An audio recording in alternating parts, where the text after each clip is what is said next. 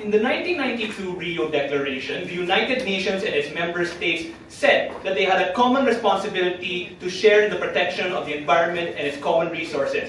We think it is abhorrent that in status quo, we perpetuate a regime which patents and monopolizes the very tools we need to be able to protect these common resources. These are the green technologies that have allowed us to use alternative forms of energy to go away with... Wait, I'm sorry, what's happening? That we want to use to be able to innovate out of old, dirty forms of energy, such as coal, oil, and gas. What we propose as UPDA is a very simple proposition. Firstly, we'd like to remove all patent protections on currently patented green technologies, meaning all currently patented things are going to become open source, they're going to become public domain, easily accessible by any company. Things like schematics, things like the composition of metals in your solar panels or your windmills, all of these things are going to be available to the public. And obviously, we will compensate you for these previous patents in the same principle of eminent domain where we seize your previous private goods. Secondly, we're going to initiate, no thank you, heavy government subsidies and involvement in these programs. What will these look like? Firstly, we're going to subsidize you if you have innovation through government-sponsored incubators to help you develop these green technologies. Secondly, obviously we will compensate you again if you had previous patents. But thirdly, we're going to integrate these through various government projects. A few examples, for example, are like US solar subsidies, like with old firms like Solena. These are the development stage. We're also willing to protect things like the local Philippines GSIS housing program, where you're able to take out housing loans to integrate new homes with your own solar panels. These are grassroots projects we want to support. What are the standards of this debate and what we want to achieve? Firstly, we're going to prove to you that green technology is something that deserves to be in the public domain to fulfill people's responsibility to the environment. But secondly, I'm going to talk about how we improve innovation on our side. Before I get to my case, go. To what extent are you willing to compensate these inventors? Obviously, we're going to compensate them for their research goods, maybe a little bit of like losses if they had entered the market as a private sphere. Obviously, these things will also be done through incubators, though there will still be incentive for these people to enter. The first argument, why do we think that green technology is a primary tool of the common good? There are two levels to this argument. The first level is discussion on why status quo has failed. Firstly, we think a lot of these patents limit the development of these technologies to developed countries. These countries obviously have the... No, thank you. Obviously, we do concede to some level that sometimes only some developed countries will be the ones that have the capacity to have these green technologies.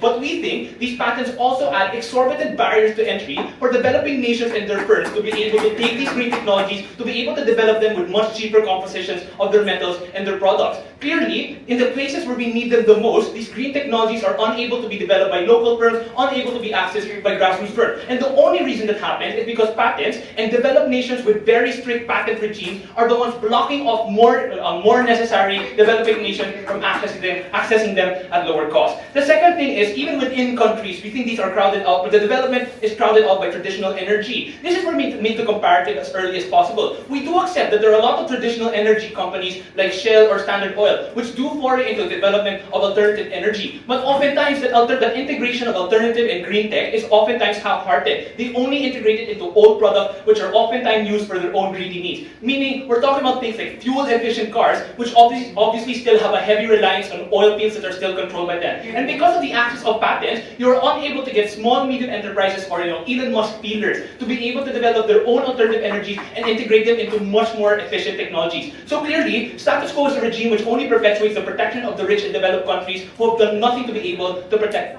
these developing countries. The second level of analysis then is, when can we suspend patents? There are two criteria. Firstly, we can obviously suspend patents when we are facing national crises or emergency. Take for example, under Philippine laws, we have the capacity to suspend patents on certain life-saving medicine to be able to get them and export them abroad for cheaper production. Obviously, these are short-term measures, and we're facing a much longer-term emergency, no thank you, like climate change. What do we mean? Obviously, green tech is something that will help us deal with the emergency of climate change. Because if we stop using polluting coal plants, we're obviously stopping technologies that blight our air, blight our water, blight our soil, thus stopping the threat to our national health and to food security in regions that hold these traditional forms of energy. So clearly, if we already have these principles for short-term emergency, but we think climate change is a much greater long-term emergency that we have to be able to talk about. But secondly, no thank you. We think obviously we suspend patents for the greater public good. As we said earlier, in the 1992 Rio Declaration, we have a common responsibility to be able to save the environment. So clearly, even if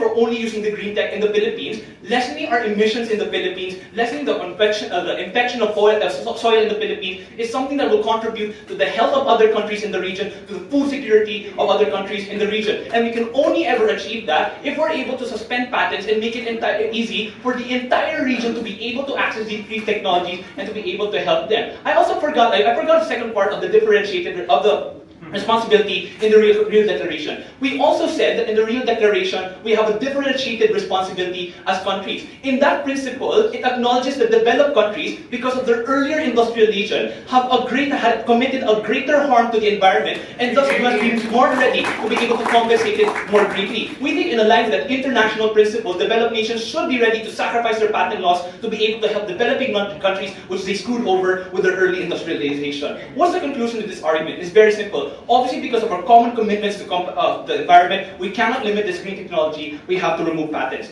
Then secondly, very quickly, how does removing patents improve innovations? Firstly, on competitions. Patents are anti-competitive in general, but these patents already create an unusually high barrier to entry because green technology, more than other technology, it requires scaling to be sustainable. Like for example, current solar technology requires several square kilometers of solar panels to be just as efficient as a dirty coal plant. Obviously, removing a patent allows groups to be more competitive and experimental with the composition of their energy and their green tech, much more likely to reduce costs because they don't have to pay exorbitant royalties just to access a patent. Secondly, on innovation. Patents often force people to specialize in their creation, meaning becomes less compatible with other technology. You see that in medicines, where in order to avoid the patent, you change the composition of the drug to begin with. More likely than not, this does not allow for compatibility in technology, that this allows you from really integrating your technology in the future. Obviously, removing the patent makes it easier for groups to collaborate, groups to help shoulder the cost for each other and make your technologies much more compatible on the end. But lastly, really quickly, on accessibility. Obviously, under our proposal, the mutual accessibility is that we have a heavy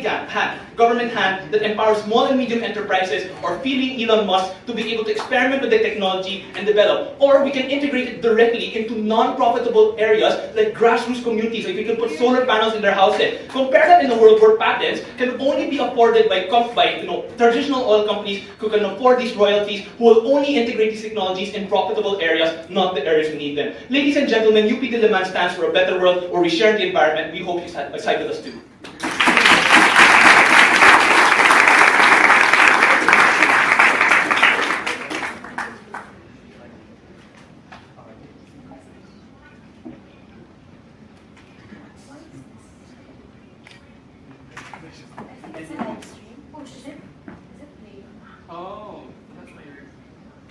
That one? Yeah.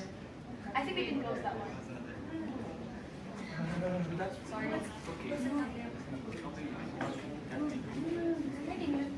Just press the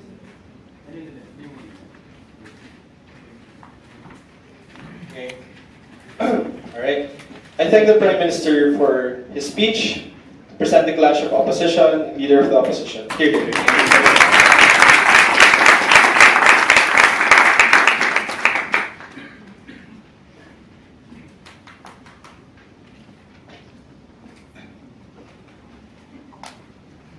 We agree that the world needs saving, that the environment needs saving. But the confusing part of their case is that it seems like green tech is the only way to go.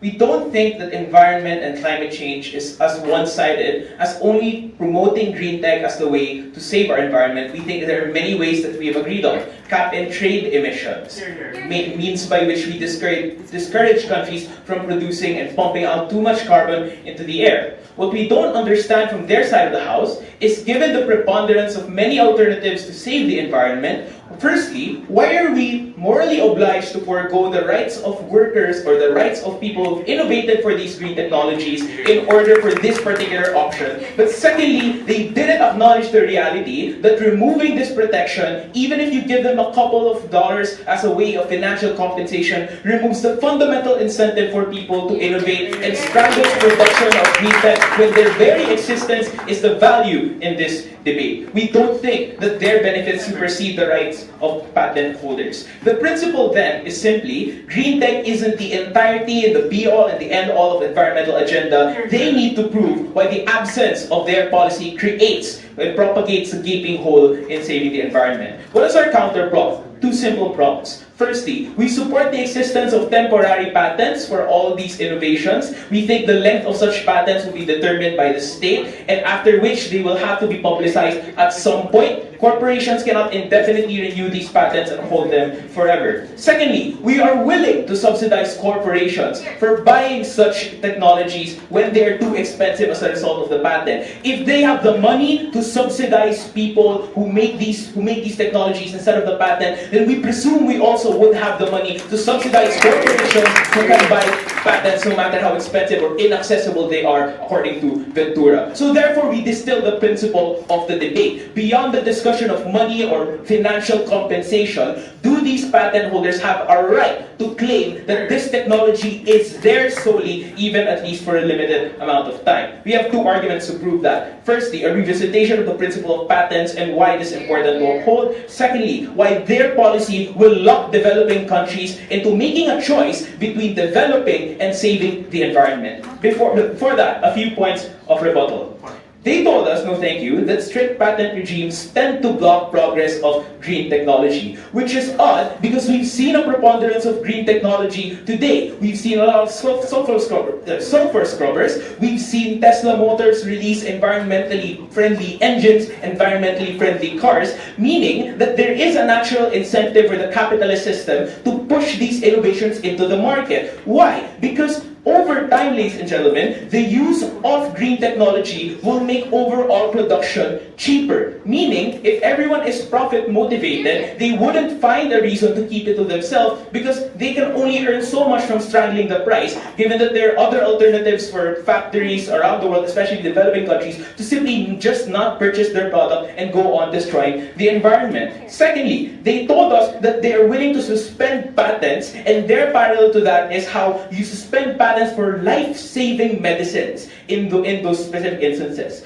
One, we don't think you can you can aggregate all forms of green technology and prove that they are as urgent as life-saving in every context. What is the use of wind turbine technology in a place that barely experiences such wind? What is the point of engines that distill or desalinate water in a landlocked country that is deserted? We don't think, ladies and gentlemen, that it naturally follows that all are of equal importance, which is why our proposition is to allow certain people who innovate those still important technologies to hold patents and allow them themselves to sell it to another country or another corporation, maybe elsewhere, that can benefit from it. It is just a matter of matching priorities. Before the argument, any points? It's excellent that you're saying that it's useless for wind patents to exist in countries like the United States. So wouldn't you rather they more accessible to countries like the Philippines where they are needed? No, the reason being, we can still have them more accessible even when patents exist. And what I told you is that if the person coming up with such technology has control and autonomy over that technology, then he can make the decision to sell it to a country where it is more useful, where people can utilize it best, rather than keeping it in the United States, where you admitted it's very useless. And the reason why this wouldn't be as optimal is simply this, and this moves to the first argument. The premise is that there's a high demand for the use of green technology because it's efficient. But that doesn't mean there's a high incentive to create green technology. There's the mismatch. The problem then is simply we have to keep incentivizing people to make green technology and leave it to the market. Allow the market then, and allow these patent holders, even when they have the right to such technology, to lower prices eventually, because again, the patents you support are temporary. Two props to the principle of patents: the value of innovation as a matter of compensation. Because we've told you that there's no natural incentive to create green technology because it's laden with risk, it requires a lot of time, effort, intel, and that not all people who make these green technologies are rich corporations. Sometimes they're small to medium enterprises, sometimes there are startups that try to make it big. We think that we have to give additional value to their sacrifice and allow them the autonomy over their creation. And what this leads to then is the second point, the encouragement of their creation. Because, and this leads to the second argument, when these people are not encouraged to create green technology, what you do, especially in contexts of developing countries, is shift the psyche of profit-motivated factories to stick to other means of of saving the environment, or being environment-friendly, which is acceding to cap-and-trade emissions. Though those cap-and-trade emissions are harms that you can bear when you are a developed country, those things are very difficult to maintain when you are a developing country, because your industry is massively, or at least dominant, a major part of the industry is manufacturing. And to one extent, you do have to pollute, you do have to release carbon to the air, otherwise you can't have comparative advantage. So then, what you force these developing countries into is a situation where they are forced to choose to accede to saving the environment, such as policies, or they are forced to starve their people or keep their manufacturing industries weak, because the incentive to create technology isn't there. Because if you create the technology under their model, anyone can just swipe it up, claim credit for it, sell it at a different price, and therefore all the risk that was borne by the person who initially came up with the idea would have borne them nothing but like some entitlement. Yay, you made the technology first, congratulations, but you don't get any additional compensation that's meaningful to them. What we support, ladies and gentlemen, is the ability of patent holders to keep the claim to their brainchild and still value their innovation in a context where it's very difficult to do so. We're very proud to oppose.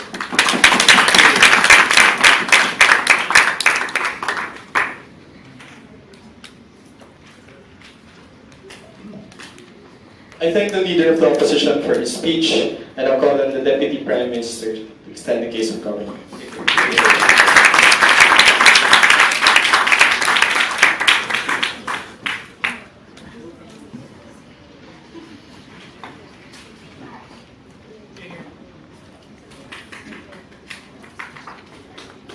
You're here. You're here. Hello?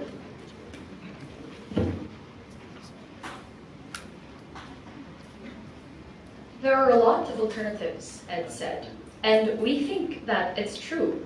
But we have to realize, ladies and gentlemen, the question in this debate is, are those alternatives enough? Because we already said to you in this debate that we're willing to co-opt those alternatives. Why can't they be complementary to whatever policy we have at this point? Like Ed said, we have a preponderance of those things anyway. I mean, look at the world. It has a lot of green tech. That is true. The development of green tech is competitive, but the use of green tech is anti-competitive, and that's the difference. We think, ladies and gentlemen, obviously, a lot of countries won't invest in wind energy if they don't need wind energy, or if it's not their like super forte. We think that under your model, what you do is that you force countries to buy it. Oh, look at the trade-off that countries will be forced to take under your model. Because one, you look at the implicit concession under Ed's case that says that all those things must be a public utility, and that's why countries should buy them in the first place. But secondly, isn't that our policy? Because if you think about it, when countries buy it and pay you for the patent, isn't that exactly the compensation that Ventura was talking about in this debate? So you do have to have like a better policy of distinguishing yourselves in this debate, guys. But what did Ed say? He said, oh, but incentive is there and we destroy the incentive. One, why isn't compensation enough incentive? Because when you create something, obviously you'll probably be paid a lot of money for it, especially if it changes the world, right? But we think the difference in this debate is, look at the perverse incentive under your model to have a cycle of ownership, to have 50 years down the line and still earn from that invention. We think, ladies and gentlemen, that is perverse, particularly because we said that your interest shouldn't be for yourself, but for literally everyone else in this world. But secondly, that isn't even true. If you think about it, people always have the natural incentive to help save the environment. That's why billionaires are spending a lot of money on green technology. So there will still be a lot, ladies and gentlemen. But at the worst case, where there is less incentive for individuals, we'd rather not have that. Because we think, ladies and gentlemen, that under your model, when you have a cycle of ownership, for example, this means that it's going to be harder for everyone to access those things. It will be harder for developing countries to look and buy those things in the first place, and that will create a cycle of oppression even for people on the ground. That will be my extension. Why then can property rights take a backseat? We think the reason for this is because rights have corresponding responsibilities.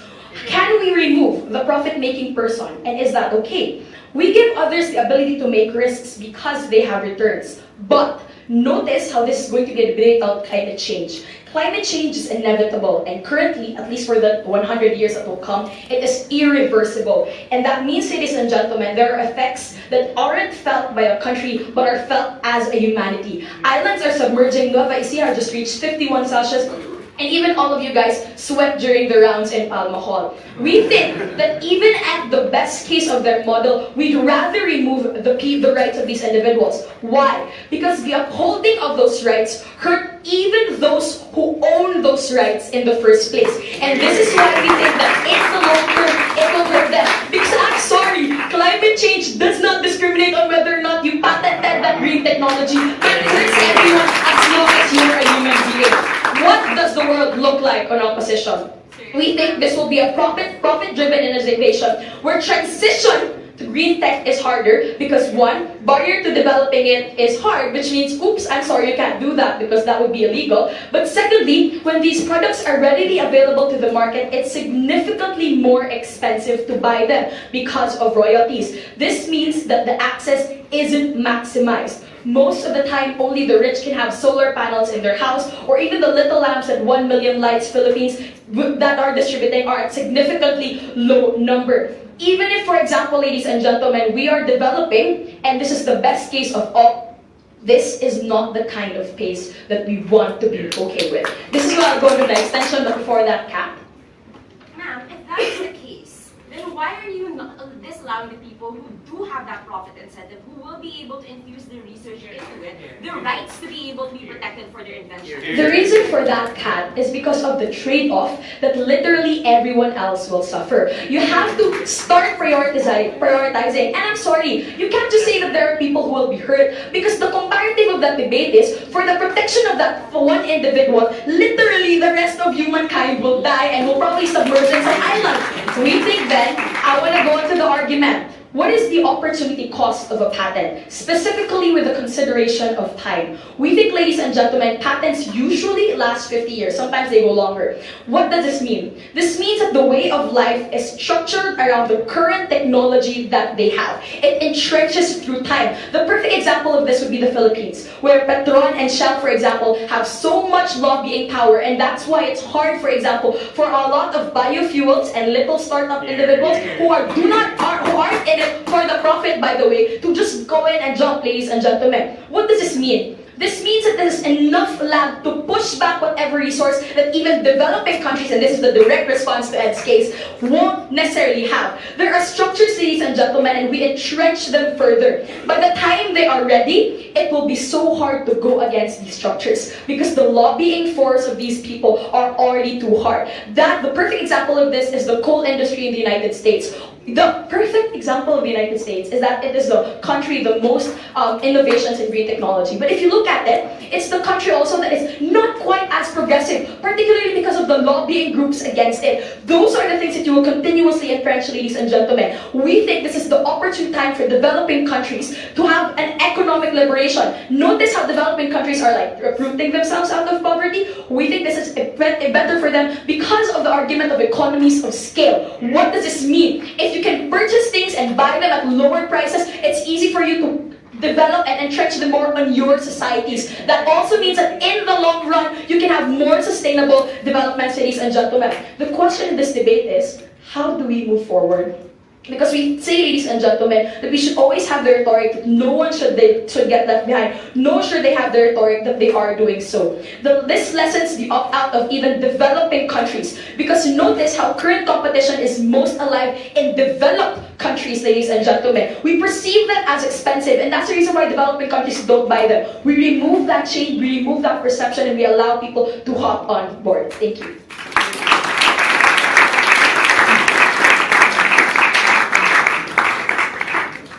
I thank the Deputy Prime Minister for her speech to extend the case of opposition, Deputy Leader of the Opposition. Hear, hear.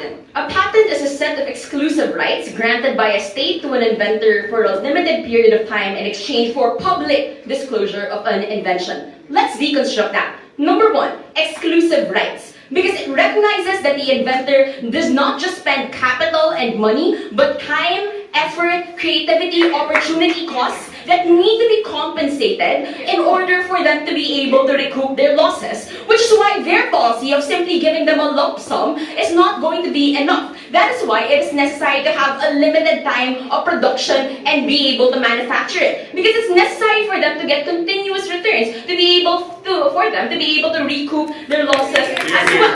But thirdly, the most important part of a patent is public disclosure. Let's compare. Before patents existed, when you had an inventor, the incentive was to just keep that invention to yourself. They were scared. They didn't want to release it to the world because they invested so much resources in it. They did not have any incentive to share it because anybody could then steal their idea and profit from it as well.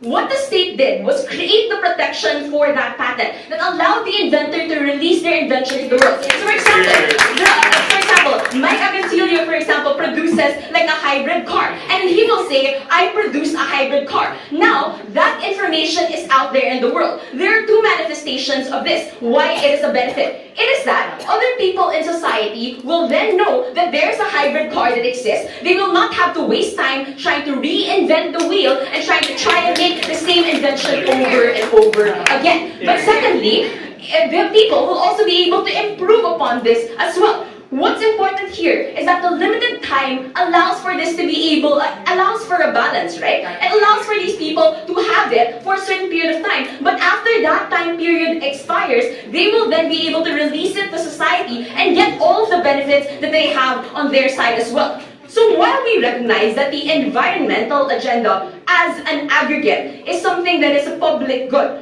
we do not conflate it with green technology because green technology is a subset of the entire government environmental agenda, right? In fact, we say the trade-off on their side is less incentive for research, less ability for people to have these research in the first place. Because for you to be able to have research, you need to have people who want to commit research. And on their side, if they want to be able to tell you more research will happen, they have to be able to prove it because there are no logical links from either of their constructive speakers. So it is they who have to differentiate their policy because they're really not doing anything for our side.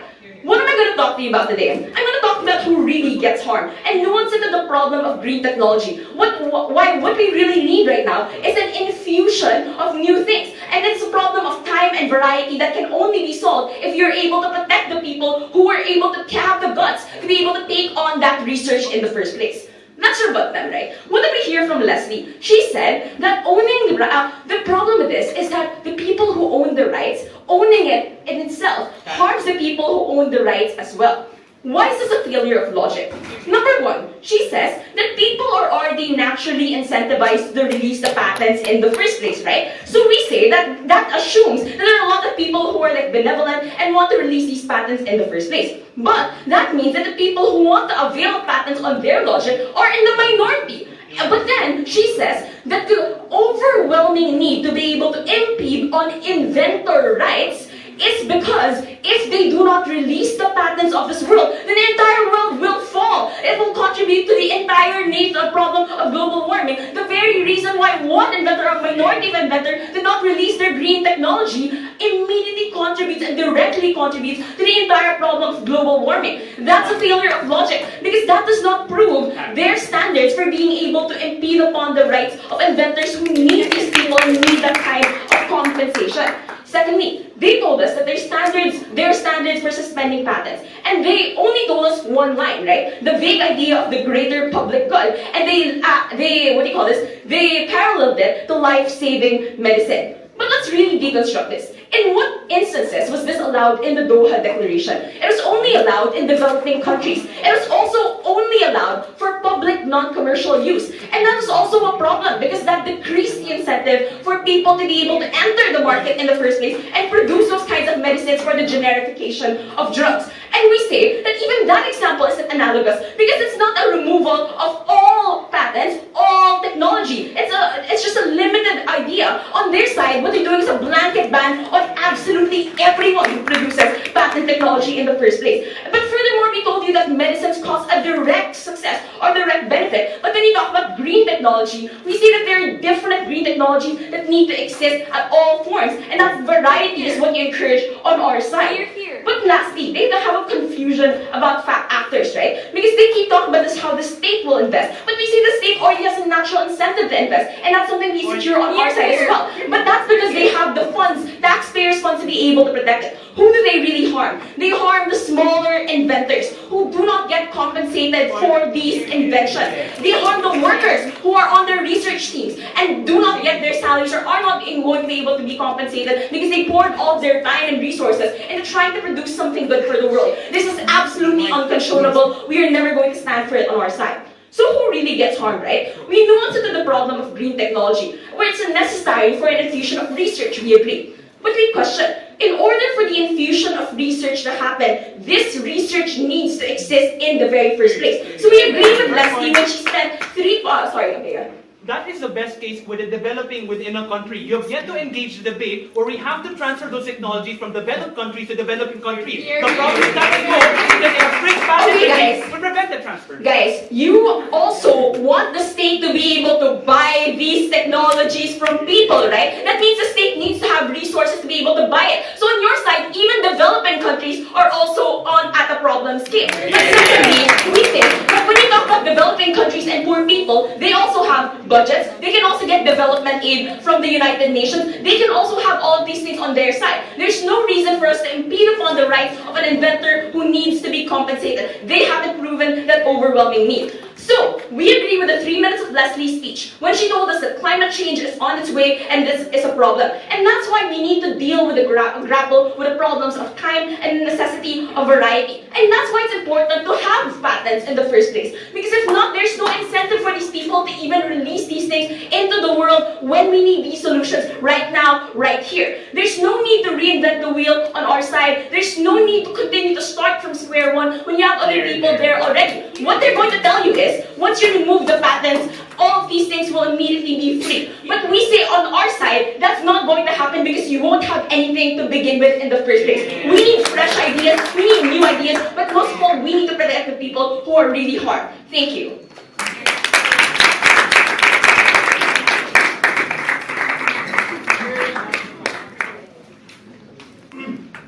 Hello. I thank the Deputy Leader of the Opposition for her speech to summarize the debate for government with. Here.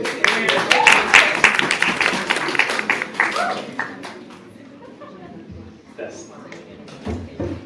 Okay. The smartest thing that Kat said in her speech is that it's problematic that we have to constantly reinvent the solar car over and over again, although someone has already done it. That's exactly what patents do. When someone has a patent and you also want to develop a solar car, you literally have to start from square one. You literally have to start from scratch. We said open source green technology is the way to go. Unfortunately, a lot of their comparatives have been the technology is going to disappear as opposed to the technology is going to be open source. That's unfortunate. I think Venti was rather clear. I want to be talking about two questions in this debate. First, do people have the right to an environmental patent or an environmental technology patent? Second, where do we best use this environmental technology? Notice it's about best use because you have to have standards for how best do you help the climate change problem. First, do people have the right to an environmental patent? We found it strange that Edbert's main point is that climate change isn't so bad that we can solve it other ways. They can defend, like cap and trade, they can defend their haphazard policy. The main problem with their haphazard counter policy is that all the other problems that those policies try to solve are aggravated by the lack of clear green technology. Why do you have to have a cap and trade policy? Because carbon emissions are at an all-time high in China. Because the green technology of sustainable biofuels are not readily available in China. So if they say that they are okay with those alternatives, then why are they not okay with this policy as well? Second, if you look at their alternatives like cap and trade, it pretty much goes along the same principle that they are against. Cap and trade prevents individual autonomy, prevents individual movement on the ground, prevents small and medium enterprises from best maximizing their profits so that they can save more money. So if you're for that, I don't understand why you can't be for this analysis as well. We said, and this is the principal analysis from Government Bench, that unfortunately has not been touched by ADMU in this debate, that if you look at the implications of the lack of green technology in the world, they're rather high. And we have to stop thinking short term. Because notice, a lot of their arguments are based on the short-term individual lens. We said states have to transcend this short-term individual lens. Because obviously the short-term individual who lives up to 80 years will start thinking, how do I maximize profits? Why did we invent the state? So that we have to transcend that lens and start thinking, what is the best for the world long term? Kat just haphazardly dismissed Leslie's argument, which said that there's a great opportunity cost if we don't start with the development of green technology right now. Why was that fatal to their case? Because their case said that patents are going to expire anyway. But we are not okay with waiting for patents to expire. We are not okay with that current limitation of patents because we said it's going to re-entrench those technologies in places where we don't want it. As far as proving that there's a right to an environmental patent, you have to try much better than that. Sir. Second, where do we best use these green technologies? Yes. Notice that they're only going to be able to protect past ideas that were actually enabled by the patent regime. But even as you conceded, climate change still exists. How do you incentivize new ideas to come about? That's exactly what I'm going to talk about. And wait, Ateneo, okay? Wait. That's exactly what I'm going to be talking about. Because the only thing that they really said is that you need new technologies without really identifying areas where innovation hasn't been. We contend from government side it's more important to focus on the use of technology rather than further innovation of technology. Because we have so many patents, what's important now is how to make the best use of those patents and spread them. Where is competition best? Where do we best use these green technologies? Edward said, and I want to dismiss with this, Ateneo tries to speak for the poor argument once and for all, patents encourage research and innovation. Not all who research are large corporations, conveniently forgetting to talk about those large corporations, but some of them are small, medium enterprises. One, research requires large capital, so that small, medium enterprises is most likely a lie. But more importantly, if you claim to represent small, medium enterprises,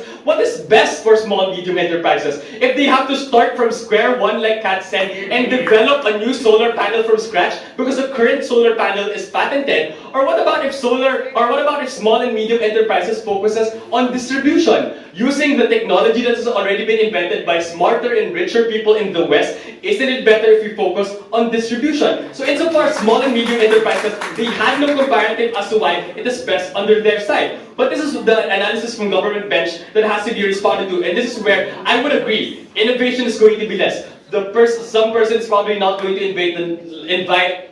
invent the latest like solar wheel or whatever opposition wants to invent. We would say the most important thing for humanity right now is not to invent new technologies, but actually release our stranglehold on current technologies and make them more distributable, make them more high in interspace. So yes, you have to defend the clear nuance to patents here because they said, well, the government can buy patents anyway. This is a clear comparative here. Under their side, when the government has to spend money, the government has to spend more money because it has to pay the corporation owning the patent first, as opposed to encouraging the development of those patents at the end of the day. We would say it's more important for us to be able to focus on the use of patents, such as distribution, such as hybridization. That is more important than creating new technology, especially since they didn't really talk about what those technologies are. The conclusion of this second sub-discussion is, UP has a proven value, and we concede at our worst case, we are lessening innovation. We will say it's not as important as actually the use of those products. Which leads me to my third discussion, and this is where I prove to you why it's only UPD who can really properly speak for the poor in this debate. I want to talk about innovation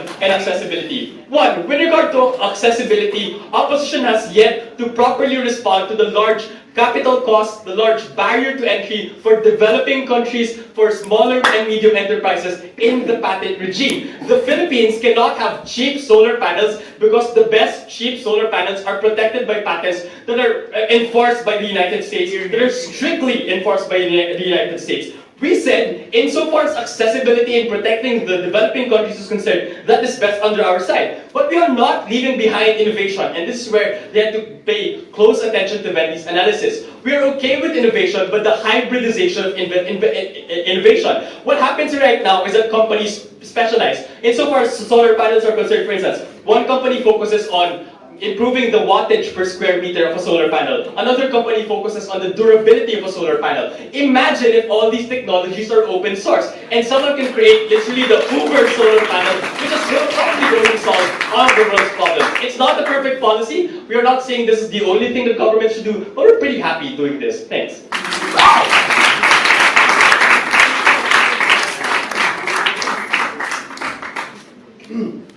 I thank the government whip for his speech, and I call on the opposition whip to summarize the debate for opposition. Yay.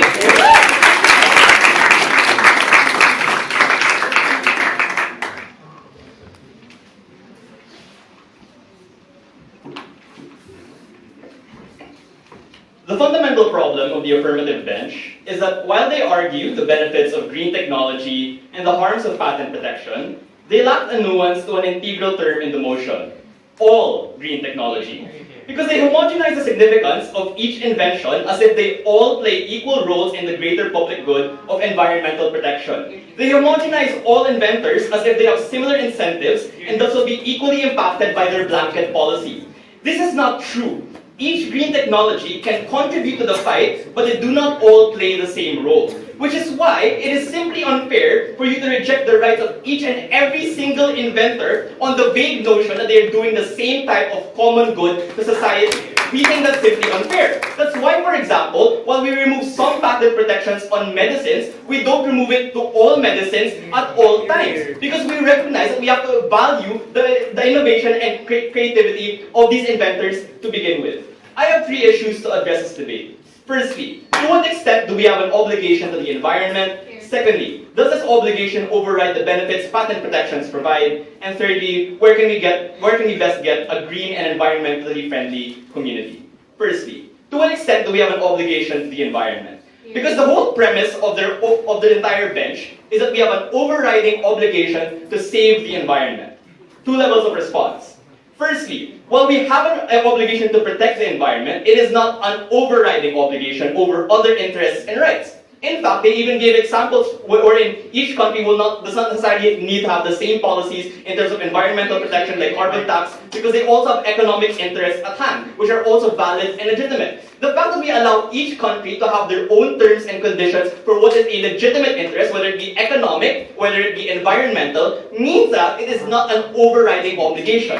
And what is the implication of this? It is also an important thing to recognize the obligation the state has to the inventors. The fact that these inventors have spent so much of their time and resources just to create these types of green technology to begin with. The fact that these inventors will not have had the incentive to create or incentive to disclose the technology without this type of patent protection to begin with. We think you lose that obligation on the part of the state, and it's unfair to these inventors. No, thank you. But secondly, to the extent that we have an obligation, the alternative methods we have of things like carbon cap and trade, of things like pacts and agreements between states, why are those already not sufficient to meet the obligation to protect the environment? Because what we told you is that those have already allowed you to reduce a lot of carbon. For example, carbon cap and trade has already reduced a lot of carbon emissions in society. We think it's already sufficient to meet the obligation you have to society. The question then is, why is the commensurate response to your obligation to the environment to reject protection of all inventors at all times? Because it is simply not true that everyone has that same obligation to the environment. No, thank you. But secondly,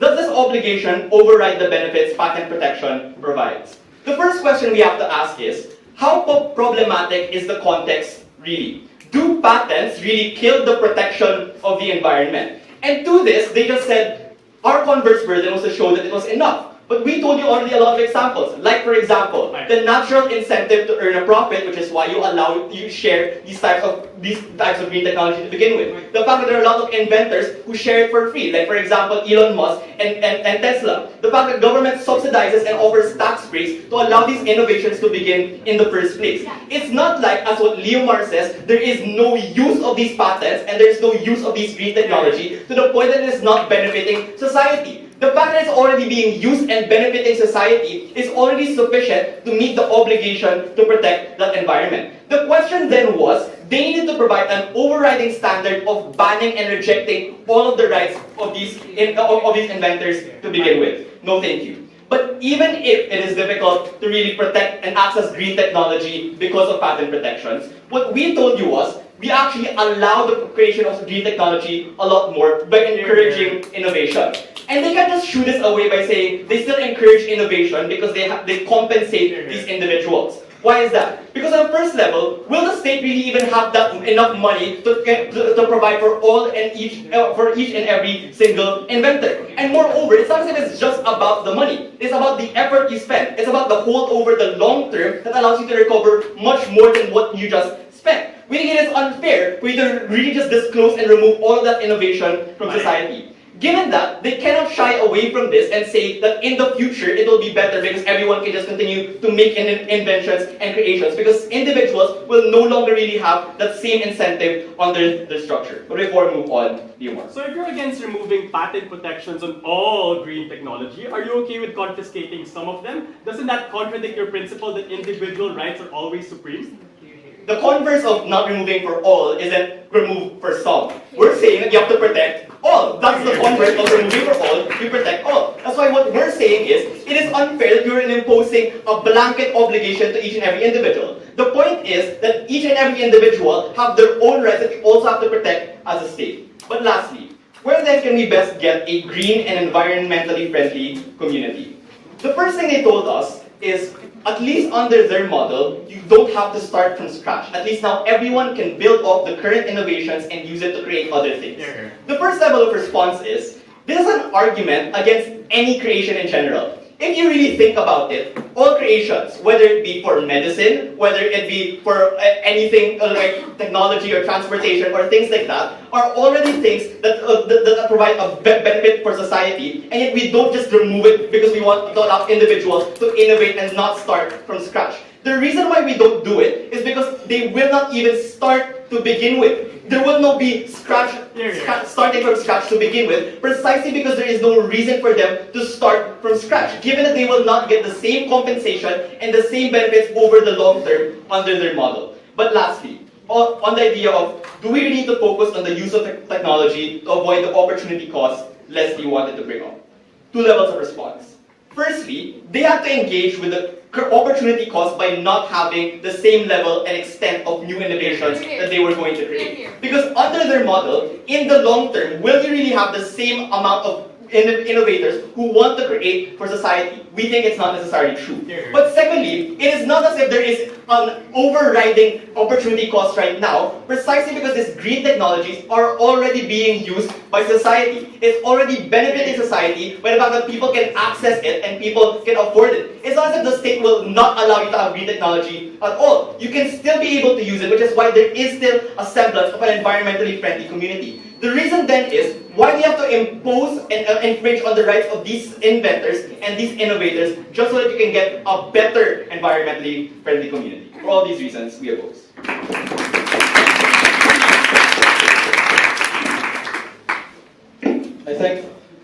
I thank the opposition whip to end the debate for opposition reply. Here.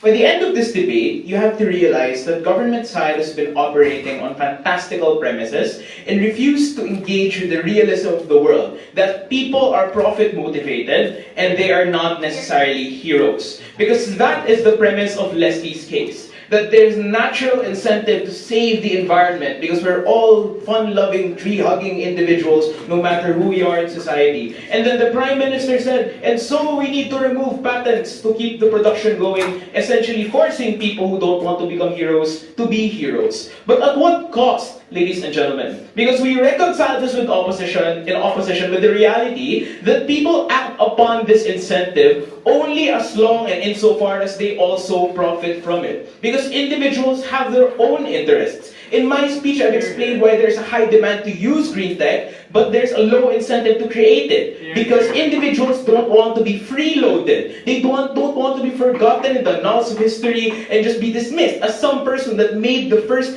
almost forgotten building block to other creations that people will eventually take and profit from on their own. Kat told you then that the value becomes the public disclosure of these ideas. But then they simply responded by saying this: we'll pay them money. But that's very dismissive, again, of the wide interests and incentives of people to create these technologies to begin with. Because individuals want individual acclaim. They want to have ownership and rights to that. They want corporations to see that they are this smart and this invention is theirs and theirs alone, at least for a time being. That was not engaged with at all on their side. So the question then is this: given their proposition, if we are equally capable to either simply pay them or help companies buy expensive patents, we've contended that we'd rather envelop everyone's various subjective inclinations and assist companies into paying them, because we maintain the idea that these individuals can keep a right to their property, and that is the primary incentive to eventually make these ideas exist to begin with. But then we encounter a contradiction here. We've heard from Ventura and Leomar that innovation would take a back seat. They're willing to concede to that. And the primary obligation is to use technology we have right now and some weird hybridization that they didn't even explain. But then the crux of Leslie's idea is this: that we have a long way to go, time is running out, and we have to innovate and make changes in order to survive the changing environment and all its increasing demands. So firstly, what is it really? Do we need new technology, or do we just use the existing technology that they didn't bother to explain? But secondly, we feel that to the extent of using technology, what they meant was using what we have right now as building blocks to create something new, to create something better. But still the question from opposition stands. Why would these people take the technology, why would anyone take the technology we have now and turn it into something else? Because there is no primary incentive to recognize you as different from any other person that can do the same thing. And what we find weird from their policy, again, is that they seem to homogenize all kinds of new innovations, regardless of the extent of innovation. It seems as if they have endless supply of taxpayer money, even when innovations don't make sense in the context. When you're in Africa and someone, again, creates a more efficient desalination machine, why would people in Africa have to pay their taxes for that, just because you innovated that idea? The difference is, if you have the patent over it, you have the right to place it or to advertise it or to send it to a corporation or to another country or to another context that would have needed it the most. But on their side, everyone is predatory because there's no patent protecting innovation, because they can always just add just a little bit of change and demand from the government, look, I'm an innovator, so pay me my compensation. That is the fundamental flaw of their policy. They didn't recognize the implications of this to the extent and the nature of change that individuals will have on their products. What we brought you is a defense and a principled defense of patents, something they haven't taken down, but we've also brought you that meaningful innovation happens when people are aptly rewarded for it. We're very proud to oppose.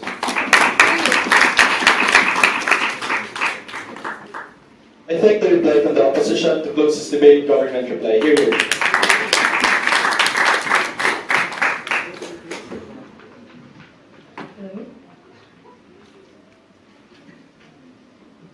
ADMU stands at the wrong side of history today because of 3 reasons. 1, they protected the one who invented the patent, the one who worked hard, and according to Kat, the people who spent their hours doing their best. Notice how we never said that all their hard work was useless. That's why initially we talked about compensation. And that's also why Ed and Kat had to argue why compensation was not enough and why it had to be a continuous profit, especially given that under your model, we tried to weigh what interests are actually valuable in this debate. Should we weigh the profit-driven interests of some individuals, or should we weigh the stake of everyone else in society? I'm sorry, Mike, but it's not nice to say it's unfair simply because it's unfair, because I did an analysis of why it was actually fair. I said a lot of people will be hurt in the process. A lot of islands will submerge in the process. I really like that example. But we think, ladies and gentlemen, the reason why it's blanket And why it's a blanket policy is because the effects are also blanket. That's why we said it's okay for profit interest to be removed out of the equation as a whole. And until you are able to debunk the argument that everyone will be hurt in the process and therefore we need to have a utilitarian perspective, you cannot win this debate. The second reason why is because they said that technology had to exist in the first place without no defense of how under their model, people will just like all of a sudden continue to be willingly giving the technology for other individuals. We said that at best, the discussion under our model brings about geniuses, for example, caring for the environment, or even Ventura's sprung on subsidies and compensation. But at worst, and you were very dynamic in this debate, we said that at the worst, and this is where we engage with your opportunity cost, Mike, we said that current technologies are already enough. But the use of that technology isn't enough, particularly because it's so hard to access them. And the transfer of knowledge is different and hard. That's why the argument coming from us was an argument on development and transition. We said we need to make that transition fast, and we need to make that transition as quick and easy as possible. Because under your model, you will have to pay royalties. Under your model, you will have to wait 50 years. I'm sorry, but given the trade-offs in this debate, why are those things okay? The third reason why they lose this debate is because of the nice saying that almost is never enough. We think that the reason why their alternatives were lacking in status quo is because that is already status quo. And that we see that status quo entrenches current non-environmentally friendly energy sources, which is, by the way, my argument, which also no one responded to. I think, ladies and gentlemen, under their model, the harm of, oh, it's redundant, because of the lack of transfer of knowledge that lags the development of these individuals were the harms that UP Diliman brought to you in this debate, and those are the harms that you were never willing to accept. The last reason why is because we need to imagine the world. And we think, ladies and gentlemen, that we need to assess this debate at the best case of both models. And even if Ateneo did not analyze the real extents, we think the best case of OP was to be nice and at a low pace. That's their best case. Our best case is that we make it at a very fast pace. And we think, ladies and gentlemen, that's the reason why we win this debate ultimately. Because we realize that in this debate, it's always about the use. So no, Ed, it's not a contradiction. Because I'm sorry you ignored the fact that we argued about how use is going to be optimal and efficient under our model. Until you're able to prove that use is quick and easy, and everyone else will jump into we'll jump into the development track right away, then you cannot win this debate. It's been 2 years. UP Diliman will see you in the finals.